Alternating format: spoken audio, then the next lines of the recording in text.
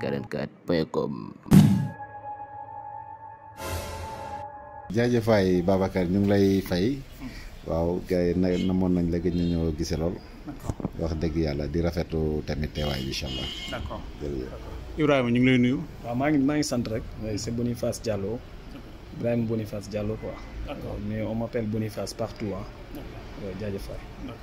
tey Issa dañuy commencé waat c'est vrai que léegi gars yi xàmme nañ la bu baax ràññee nañ la à travers yenn démarches yoo xam ne yaa ngi koy def jëmale ko si les militaires invalides mais tey est-ce que mën nga ñëwaat ci yow yaay kan d'abord benn quelques secondes. waaw Issa Diouf je suis élu président de l'association nationale des anciens militaires invalides du Sénégal depuis le 29 mai 2021 ba léegi mais depuis lors il y a eu des problèmes pour la passation de service jusqu'à présent mais affaire yaa ngi ci loxo yoon quoi. Donc on attend jusqu'à présent le verdict. Mais ça ne m'empêche pas de faire mon travail.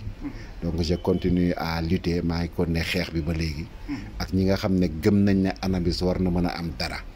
ñoom laa àndal ci xeex bi ba léegi. d'accord gaa moom am na ñu ma àndaloon ca départ ba xam naa yow xam nga leen mais gisatoo leen sama wet. ñooñu dañoo dem wëlbatiku demaat ci beneen camp bi. parce que xëy na ñàkkul am na lu ñu leen dig wala lu ñu leen jox. mais man fa ma nekkoon maa nga fa ba léegi. d'accord tey bu ñu waxee militaire invalide moom mooy kan. waaw militaire invalide mooy maanaam képp koo xam ne jaar nga armée boo defee xësee ba def 90 jours bu la fa feebar dalee wala nga am fa gaañu wala ñu jam la fa bal déjà yow mën nañ la considérer boo jaaree devant la commission de réforme ba pare dañ lay considérer comme un invalide militaire. am na ñoo xam ne nag dañ leen di libérer ñu dem seen kër am na ñoo xam ne dañ leen di téye ñu nekk ci armée bi. waaw loolu mooy invalide militaire mais ça regroupe tous les corps militaires et paramilitaires du Sénégal. d'accord voilà. ban poste nga occupé woon ci armée bi. bon poste bi ma occupé woon ci armée bi j'étais soldat ci armée bi. waaw j'étais soldat ci armée bi sinon j'ai fait 5e BAT bon bi ma jógee Saint-Louis 5e BAT laa def. def naa Elinkine def naa Patassi. après ma delluwaat nekk ci àll bi. donc waaw loolu daal laa occupé woon ci armée bi quoi. boobu mu war a nekk après ñaata at. C'était depuis 89 loolu ah. 89 la woon. donc yàgg na ci waaw je suis de la classe 89-2. donc am na gaa moom lu ma xam am na lu ma armée jàngal daal. waaw am naa ci expérience bu baax a baax a baax. d'accord waaw d'accord tey bala ñuy ñëw si Ibrahima ñu ngi ñëwaat tuuti un peu ci seen ñaxtu lan moo waral xeex bi parce que man depuis 2 ou 3 ans maa ngi leen di suivre. mais dafa mel ni problème bi moom du jeex saa su ne rek yéen a ngi ci ay problème lan mooy problème dañ ko réglé wul woon wala dafa am yeneen mbóot yoo xam ne yéen a ngi koy sulliwaat xëy na. même problème bi la. waaw même problème bi la wax dëgg yàlla ci même problème bi la ñuy dox c'est-à-dire dañuy dem ba benn instant boo xam ne njiitu réew mi danaan nañu régler problème yi une bonne fois pour toutes. mais bu nee nañ ko régler ña ko war a régler duñ ko régler ni ñu leen ko waxee dañuy jéem a def xaaj ak seen quoi. léegi ñii ñu jox leen lii ñi ci des ñu bàyyi leen frustration boo amee loolu moo waral ngay dégg toujours gars yi di yëngatu chaque jour dañuy xel di yëngatu te problème bi war nañ ko mën a régler une bonne fois pour toutes définitivement c'est pas du lu jaaxal nit ñi quoi. vraiment buñ ko bëggoon régler nañ ko mais dafa am ay kilifa yu nekk ci armée gi yoo xam ne ñoom ci seen bopp defe naa ñoom ñoo bëgg njombe gi. ñoom njombe gi dafa mel ni da leen di dundal.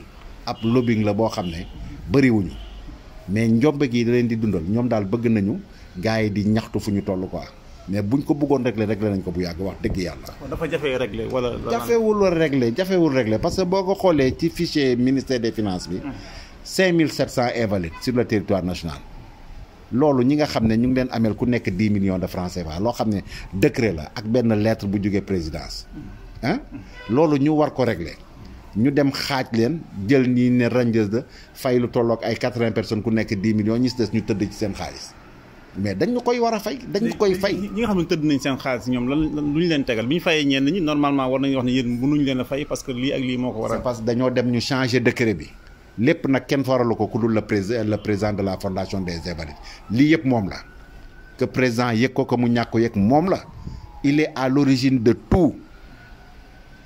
moom rek la amul leneen décret lañ ñu tegal te décret boobu dem nañ ba changé waat nañ loi bi ci 2021 bi mooy suñu jàmmarloo bu metti bi ñu fi amoon ak les policiers là avant tabaski ba. booba yow defe naa yaa ko doon couvrir. booba la ñu changé waat loi bi ba fayoon pension mixte te pension mixte bi niñ ko fayee gars yi dañ ñu sëlam. ña ñu jëkk a fay. dañ leen fay à partir de la date de radiation. ñun ñu ne non comme que tabaski baa ngi jot si booy yi na leen jox ku nekk 1,4 million. mais loolu suñu ñun ñaanuñu si ak yelleef la. c'est notre droit. loolu moo nekk teg si dañ ko war a fay à partir de la date de radiation te loolu duñ ko bàyyi. 10 millions yi duñ ko bàyyi loolu duñ ko bàyyi ba pare li gën a graaw nag ñëw le problème de la pharmacie. affaire garab yi. mais imaginez sawaay loo xam ne depuis le 19 juin 1972 lañ ko légué woon nit ñi muy le problème des carnets. en signe de reconnaissance pour service rendu à la nation. ñu jox ñu carnet pour ñu di ci faju di ci jël suñuy garab. mais ñu amul benn semga bu fi mës a jaar ne day jéem a changer lii colonel Sarré moo ko fi doon jéem a gars yi attaqué état major dugg fa jaxase après ñu tegaat ko ci suuf général Cheikh Wade ñëw wax dëgg yàlla ñu génneel ñu ay notes ne léegi carnet yi dañ koy dindi teg ko fële teg fi ay puces mu am ay jàmmarloo ba ñu am ci ñu décédé am nañ ci ay morts ci invalides yi pour ñàkk jël seen garab.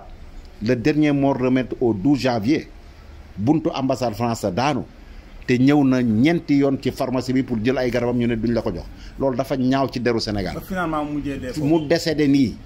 maa ngi certificat le janvier bii passé. maa ngi certificat d'autopsie bi loolu rafet na ci deru koo xam ne il s'est engagé dem xeexal réewam ba dara dal ko. mu wëlbatiku ñëw ñu naan ay état bi moo leen fayul moo tax ñu kii nii.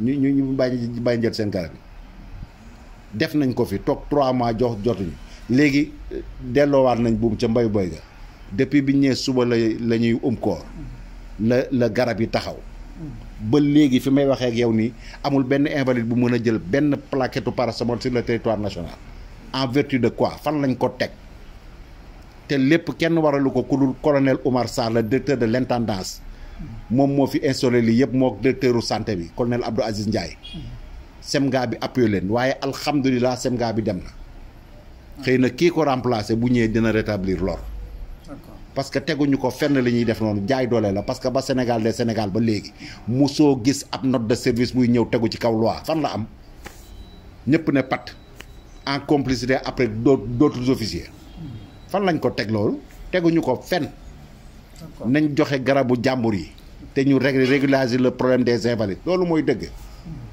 d'accord mais tey c'est vrai que wax nga ko léegi nee nga semga bi alhamdulilah dem na am na keneen ku ko remplacer mais tey ki nga xamante ni moom muy militaire invalide bi nga xamante ni jëlul ay garabam ba yàlla dogal mu jaaree foofu ba dee. kooku ay perte na ñaari yoon xeexal na réewam. ba daanu ci alhamdulilah dañ ne bon loolu xëy na moo nekkoon mission am mais mu jugaat fa war a faju ba jaare fa dee ay bokkam perte nañ est-ce que benn instant nekkul benn maam duñ ko entre guillemets mënul est-ce que du crime benn moment parce que koo war a fajuloo ko ba mu jaare fa dee mais après la suite c'est quoi exactement. waaw la suite moom liñ ci doon xalaat mooy xam nga loolu non assistance à une personne en danger la. mais ñun dañ koy qualifier de mise en danger à la vie des invalides. de la part de certaines autorités. am na ñoo xam ne instant bi ils sont en activité xëy na boo leen toppoon tey ca procureur mënuñu leen bu ñu yemee ba ca cappaandaw ga dañuy taxaw parce que bu amul droit de poursuite boo xam ne day jógee ministère des forces armées kenn mënu leen topp mais li leen dese bariwul mën nañoo xaar ba ñu retraité ñu topp leen pour homicide involontaire mën na nekk. mais lan moo tax nga jàpp ne bu ñu leen toppee nii ñu nekk en activité du dugg ci fenn du sotti. mais du aboutir parce que ñëpp a ngi toog di seetaan ministre des forces armées mu ngi toog di seetaan lii te yëg na problème bi. yëg na ko waxu ci dara. déggoo kenn ku ci wax. mennum général Meïssa Sélé Ndiaye moom moo ci xaw a def effort. bañ ko gisee Thiès mu ñëw lundi ba mardi bi ñu commencé joxewaat garab yi moom laa fi gis mu def effort boobu. léegi. arrêté waat nañ ko bi ñu nee suba la ñuy woo presque 1 mois envoyé naa ko message nag ñu ngi toog di xaar parce que gars yi dañu soxla seen garab yi am na ñoo xam ne ay hypertendu lañu ñooñu mënuñu xaar borom diabète yi mënuñu xaar mais lan lañ bëgg au juste wala dañ leen bëgg a rey les invalides à petit feu amagum nañ ñeenti dese ci loolu. ci ñàkk a jël seen garab lu ëpp nag tuuru. nañ jéem a xoolaat mbir mi lii na ci président wax. d'accord est-ce que jàpp nga ne yëg na ko. normalement war na ko yëg instant bi.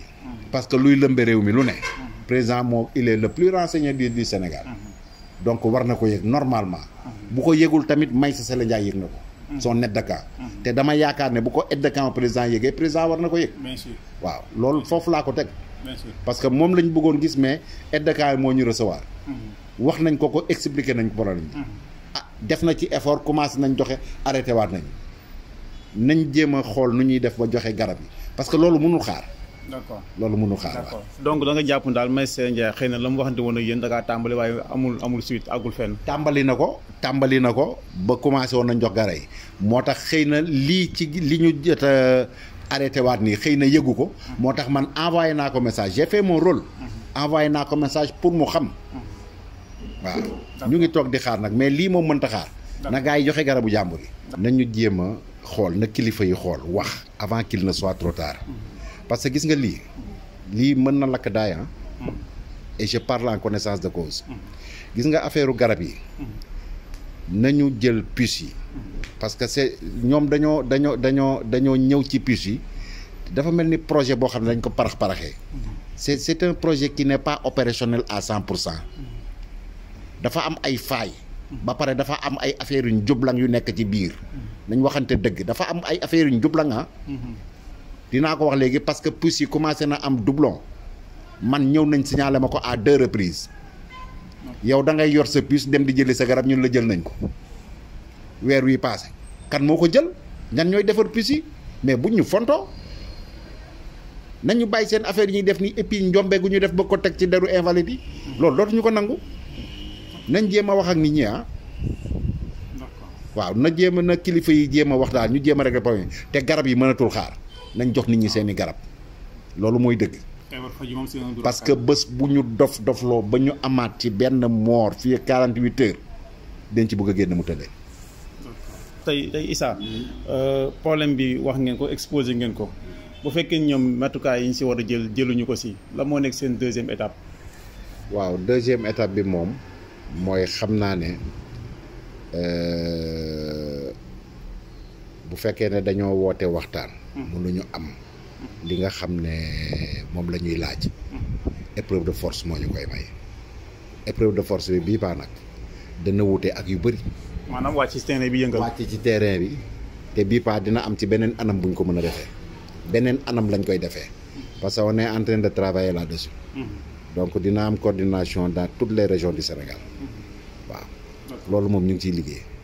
mais waxtaan lañ jiital daal. waaw incha allah waaw.